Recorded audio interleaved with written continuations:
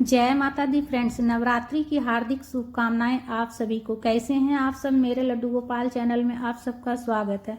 आज मैं आप सबके साथ शेयर करूंगी नवरात्रि की, चैत्र नवरात्रि की संपूर्ण पूजा विधि मैं आप सबके साथ शेयर करने वाली हूं फ्रेंड्स।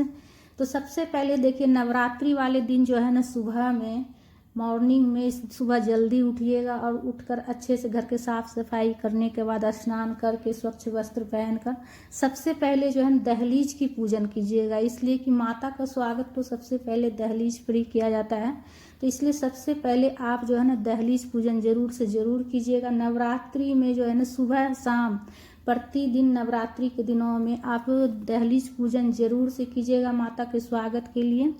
और आप जो है ना हो सके तो आम के पत्ता या फिर अशोक के पत्ता का तोरण भी अपने दरवाजे पर जरूर से जरूर लगाइएगा। सिंपल रूप से आप जो है ना पुष्प का आसन देकर आप दीपक को रख लीजिएगा और दीपक प्रज्वलित करके पूजा कर लीजिएगा। दहलीज पूजन बहुत ही जरूरी होता है फ्रेंड्स, इसलिए कि माता का स्वागत सबसे पहले जो है दहलीज पे ही किया जाता है। उसके बाद हमने पूजा की चौकी लगा ली है। पूजा की चौकी लगाइएगा जहाँ पर, वहाँ पर अच्छे से साफ सफाई कर लीजिएगा। साफ सफाई का बहुत ज़्यादा ध्यान रखिएगा, इसलिए कि जो है माता वहीं पधारती है जहाँ साफ सफाई रहता है।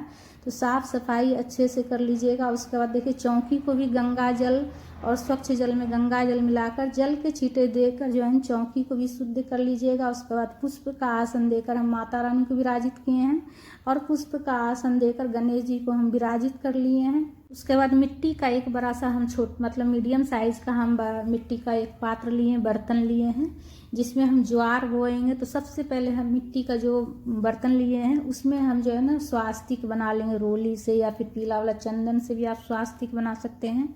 स्वास्तिक बनाना बहुत ही शुभ होता है पूजा पाठ में। कोई भी पूजा कीजिए तो इसमें स्वास्तिक बनाना बहुत ही शुभ होता है, तो स्वास्तिक बना लेंगे।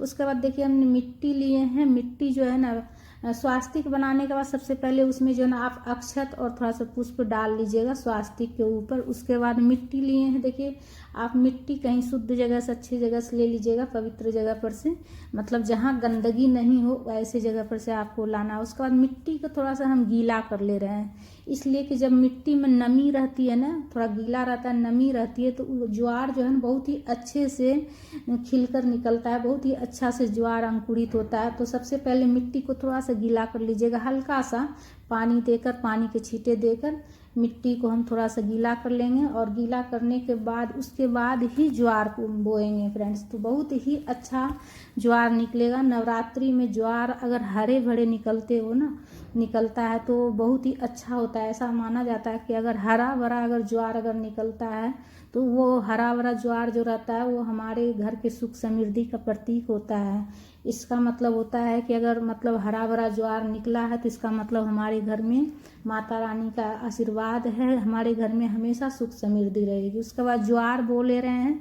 ज्वार को भी आप जो है 1 घंटा पहले पानी में भिगो कर रख दीजिएगा। उसके बाद पानी से निकाल कर ज्वार बोइएगा तो बहुत ही अच्छा आपका ज्वार निकलेगा। ठीक है, सूखा ज्वार बोइएगा तो आपका ज्वार उतना अच्छा से नहीं निकलेगा।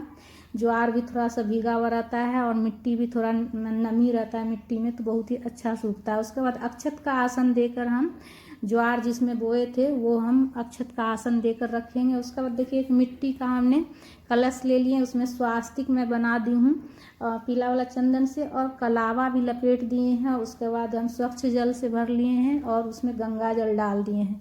मिट्टी का जो आप कलश लीजिएगा तो आप जो है 1 घंटा पहले पानी में डुबो कर रख लीजिएगा, नहीं तो पानी जल जो भरिएगा वो जल जो है ना आपका पूरा सोख लेगा, इसलिए 1 घंटा पहले आप भिगो कर रख लीजिएगा। कलश में आप लौंग, इलायची, गांठ वाली हल्दी, सुपारी, सिक्का, अक्षत, एक पुष्प, ये सारी चीज़ें आप जो है ना डाल लीजिएगा कलश में। उसके बाद आम के पत्ते लिए हैं। आम के पत्ते ना हो तो अशोक के पत्ते भी ले सकते हैं। 9 की संख्या में आपको लेना है, इसलिए नवरात्रि की पूजा में 9 की संख्या का बहुत ज़्यादा महत्व होता है। कलावा भी जो लपेटिएगा ना वो 9 बार लपेटिएगा कलश में। ठीक है, कलावा भी आपको कलश में 9 बार लपेटना है। बाद में जब नवरात्रि के बाद जो चौकी का विसर्जन कीजिएगा तो जो कलश में आप कलावा बांधिएगा ना, वो आप अपने घर परिवार में जितने सदस्य सभी जो है ना अपने कलाई पर जरूर से जरूर बांधिएगा। उसके बाद सभी आम के पत्ते में हमने रोली से तिलक कर लिए हैं। उसके ऊपर हमने मिट्टी का ही पूर्ण पात्र रखे हैं और चावल से हम भर दिए हैं कलश के ऊपर। तो कलश स्थापन इस तरह से ही किया जाता है फ्रेंड्स। उसके ऊपर पूर्ण पात्र रखकर ही नारियल रखना चाहिए। तो नारियल लपेट कर, नारियल में हम जो है चुनरी लपेट कर रख रहे हैं, आप चाहे तो कलावा भी लपेट कर रख सकते हैं। नारियल का मुख जो है ना अपने साइड रखना है, अपने तरफ रखिएगा नारियल का मुख। उसके बाद हम कलश को उठाकर जो ज्वार बोए हैं उसी के ऊपर हम स्थापित कर देंगे। अच्छे से बैठा कर कलश को रखिएगा, अच्छे से बैठा दीजिएगा। तो ऐसा नहीं कि मतलब कलश जो है ना आपका इधर उधर मतलब हिल डुल जाए, इसलिए से अच्छे से जब भी आप जो है ज्वार के साथ में आप अगर कलश स्थापन कीजिएगा तो अच्छे से कलश को अच्छे से बैठा लीजिएगा, ठीक है। तो उसके बाद देखिए नवग्रह की स्थापना कर रहे हैं, तो 9 टिक्कियाँ हम बना रहे हैं। चावल के अक्षत से 9 टिक्कियाँ दे रहे हैं। नवग्रह की स्थापना करेंगे तो ऊपर हमने 5 टिक्के लगाए हैं और नीचे हम 4 लगा रहे हैं। तो इस तरह से 9 टिक्कियाँ हमारी हो जाएगी। तो नवग्रह की पूजा करने से जो है ना हमारे सभी ग्रह मजबूत हो जाते हैं फ्रेंड्स, नवग्रह की पूजा करने से। इसलिए इस नवग्रह की स्थापना इस तरह से आप सरल विधि से आप करके आप पूजा जरूर कीजिएगा। 9 टिक्कियाँ चावल के लगाने के बाद सभी पर हम सुपारी के स्वरूप में नवग्रह की स्थापना कर लेंगे। नवग्रह की स्थापना इस प्रकार से आप सरल विधि से 9 टिक्कियाँ लगानी रहती है चावल का, उसके ऊपर सुपारी विराजित करके उसके बाद पूजा किया जाता है। तो इस तरह से हमने नवग्रह की स्थापना कर लिए हैं। अब अक्षत का आसन देकर हम दीपक को रखेंगे, दीपक प्रज्वलित कर लेंगे। तो दीपक अखंड ज्योत प्रज्वलित करेंगे फ्रेंड्स। अखंड ज्योत का बाती आप जो है कलावा से तैयार कर लीजिएगा या फिर रुई से भी तैयार कर सकते हैं। बड़ी बाती आपको लेनी है और दीपक आप जो है ना मिट्टी का भी ले सकते हैं या फिर आप जो है ना किसी धातु से पीतल का ले सकते हैं, मिट्टी का ले सकते हैं, लेकिन बड़ा सा दीपक आपको लेना है और एक छोटा दीपक लेना है। अखंड ज्योत प्रज्वलित कीजिएगा तो और छोटा सा एक चिमटी आता है वो रख लीजिएगा दीपक के पास, दीपक संभालने के लिए।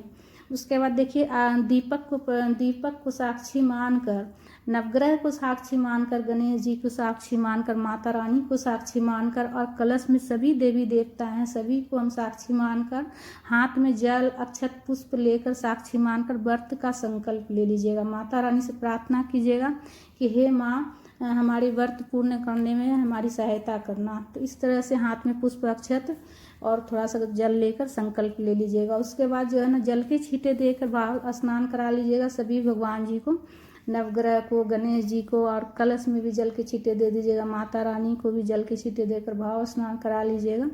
ज्वार में भी जल के छींटे दे दीजिएगा, ज्वार का भी पूजा कर लीजिएगा, कलश का भी पूजा कर लीजिएगा। रोली से चंदन से तिलक कर लीजिएगा ज्वार में भी, और जिसमें ज्वार जो बोए हैं ना उस बर्तन में आप जो है ना मिट्टी का जो बर्तन है उसमें भी तिलक कर लीजिएगा रोली से चंदन से, और कलश का भी पूजा कर लीजिएगा। नवग्रह को सूखा रोली या चंदन चढ़ाइएगा।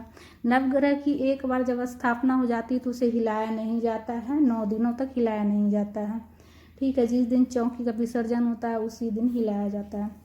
गणेश जी को हम सबसे पहले रोली से तिलक करने के बाद वस्त्र के स्वरूप में हम कलावा समर्पित किए हैं, जनेऊ समर्पित कर लिए हैं और दुर्वा समर्पित कर रहे हैं। गणेश जी की पूजा कर लेंगे सबसे पहले, पुष्प समर्पित कर लेंगे। माता रानी को हम चुनरी समर्पित करेंगे। माता रानी को विशेष रूप से जो है ना आप एक चुनरी जरूर समर्पित कीजिएगा, इसलिए कि नवरात्रि जो है ना माता रानी के भक्तों के लिए बहुत ही खास होता है।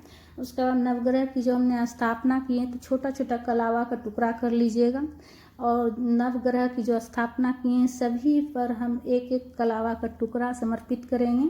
तो इस तरह से वस्त्र समर्पित कर देंगे हम। नवग्रह के वस्त्र जो है ना कलावा का छोटा छोटा टुकड़ा करके वस्त्र के स्वरूप में कलावा समर्पित कर लीजिएगा, ठीक है। कलावा का छोटा छोटा टुकड़ा कर लीजिएगा नवग्रह पर चढ़ाने के लिए। उसके बाद पुष्प समर्पित कर लेंगे, जिस भी कलर का फूल हो माला हो चढ़ा लीजिएगा। कलश का भी पूजा कर लीजिएगा, कलश में भी पुष्प समर्पित कर लीजिएगा। और जो अखंड ज्योत की में भी आप रोली से तिलक कर लीजिएगा और अखंड ज्योत के पास भी पुष्प समर्पित कर लीजिएगा। और माता को सिंदूर लगा लेंगे हम। सिंदूर आप जो है पीला वाला भी आप पूजा में चढ़ा सकते हैं या फिर लाल वाला भी आप ले सकते हैं। उसके बाद माता को सुहाग की सामग्री हम चढ़ाएंगे।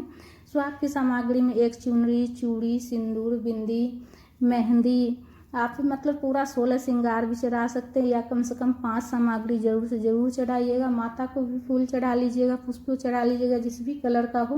विशेष रूप से देखिए गुलर का फूल जो होता है ना गुड़ल का, और बहुत जगह अड़हुल का भी बोला जाता है। अड़हुल का, गुड़हल का जो फूल है वो माता रानी का प्रिय फूल है। अगर वो मिल जाए तो वो ज़रूर से ज़रूर चढ़ा लीजिएगा। उसके बाद हम सबसे पहले जल का भोग लगाएंगे। गणेश जी को जल का भोग लगाएंगे, माता रानी को भी, और नवग्रह को भी हम जल का भोग लगाएंगे। उसके बाद बतासा का भोग लगा रहे हैं हम।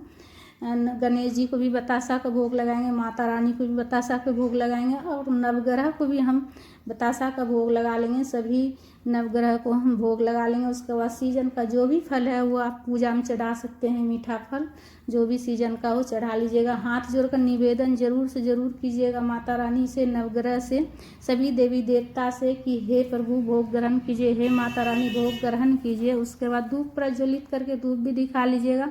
और देखिए कलावा समर्पित करने के लिए मैं भूल गई थी। जौ जो हमने बोए हैं ना, ज्वार, उसमें कलावा समर्पित करने के लिए मैं भूल गई थी, तो अब समर्पित कर दी हूँ मैं कलावा। देखिए पूजा पाठ में थोड़ा सा ऊपर नीचे हो ही जाता है, लेकिन माता रानी सब माफ़ कर देती है। इसलिए कि भूल चूक तो हो ही जाती है, थोड़ा ऊपर नीचे हो जाती है, तो उसमें घबराने की कोई बात नहीं है। इसलिए कि जानबूझकर कुछ भी नहीं करना है। गलती से अगर पूजा में कुछ ऊपर नीचे हो जाए उससे कोई दिक्कत नहीं है। उसके बाद पान भी हम समर्पित कर लेंगे। पान के ऊपर लौंग, इलायची और मिश्री रखकर हम पूजा में चढ़ाएंगे। माता को मुख शुद्धि के लिए हम पान समर्पित करेंगे। फूल वाला लौंग जो है ना वही चढ़ाइएगा। पूजा में कुछ दक्षिणा भी रख लीजिएगा, इसलिए कि दक्षिणा रखने से हमारी पूजा में कुछ कमी रहती तो उसकी पूर्ति हो जाती है। हाथ में पुष्प लेकर दुर्गा सप्तशती का पाठ कर लीजिएगा। उसके बाद आप जो है छोटा सा हवन कर लीजिएगा। आम की लकड़ी को कपूर से प्रज्वलित करके आप जो है ना कोई मिट्टी का हवन कुंड हो या फिर धातु से बना हुआ हो, उसमें आप अग्नि प्रज्वलित कर लीजिएगा। हवन कुंड का भी पूजा कर लीजिएगा, रोली और अक्षत चढ़ा लीजिएगा। उसके बाद हाथ में आप हवन सामग्री लेकर आप हवन कर लीजिएगा। मंत्रों का जाप करते हुए आप हवन कर लीजिएगा। माता रानी के मंत्रों का जाप करते हुए हवन कर लीजिएगा। उसके बाद देखिए जो बतासा हमने भोग लगाए थे माता रानी को, वो थोड़ा सा बतासा तोड़कर हम अग्नि में समर्पित कर लेंगे। इसलिए कि माता रानी को जो भोग है वो अग्नि के द्वारा माता रानी तक पहुंच जाती है। तो अग्नि में थोड़ा सा भोग आप जरूर से ज़रूर समर्पित कीजिएगा। माता रानी जो चढ़ाइएगा तो थोड़ा सा भोग आप अग्नि में चढ़ा लीजिएगा। उसके बाद दीपक प्रज्वलित करके या फिर कपूर प्रज्वलित करके आरती कर लीजिएगा। प्रेम पूर्वक माता रानी की आरती गाते हुए आरती कर लीजिएगा। गणेश जी की आरती कर लीजिएगा। नवग्रह के भी आरती कर लीजिएगा। सभी देवी देवता का ध्यान करते हुए अपना पूजा संपन्न कीजिएगा। पूजा करते वक्त आप माता रानी के कोई मंत्रों का आप जाप कर सकते हैं। आरती करने के बाद सीधे हाथ में जल लेकर आचमनी कर लेंगे। आचमनी करने के बाद ही पूजा पूर्ण होती है। पूजा पूर्ण होती है इस तरह से। उसके बाद सबसे पहले माता से हम क्षमा याचना करेंगे कि हे माँ, अगर हमारी पूजा में कुछ भी गलती हो गया हो तो माँ उसके लिए क्षमा कीजिएगा। उसके बाद झोली फैलाकर आपकी जो भी मनोकामना है वो माता से आप मांगिएगा। झोली फैलाकर मांगिएगा, माता सबकी झोली भरती है। तो इस तरह से पूजा आप जो है ना, पहले दिन की पूजा, माता की स्थापना पूजा आप इस प्रकार से कर सकते हैं फ्रेंड्स। और संपूर्ण पूजा विधि मैं आप सबके साथ शेयर की हूँ। तो फ्रेंड्स हमारा ये पूजा विधि आप सबको अगर ज्ञानवर्धक लगाया तो ज़्यादा से ज़्यादा शेयर कीजिएगा, लाइक कीजिएगा, और हमारे चैनल पर अगर नए हैं तो सब्सक्राइब कर लीजिएगा पूजा पाठ का वीडियो देखने के लिए फ्रेंड्स। और देखिए पूजा की चौकी जो है ना 9 दिन तक हिलाया नहीं जाता है। नवग्रह को भी नहीं हिलाइएगा, कलश को भी नहीं हिलाइएगा। आप जो है ना प्रतिदिन जो है ना सिर्फ फूल वगैरह हटाकर पूजा कर लीजिएगा। और जो सुहाग की सामग्री चढ़ाएं वो भी आप चढ़े हुए ही रहने दीजिएगा। आपको जो है विसर्जन वाले दिन हटाना है, सिर्फ फूल वगैरह हटाकर आप पूजा कर लीजिए।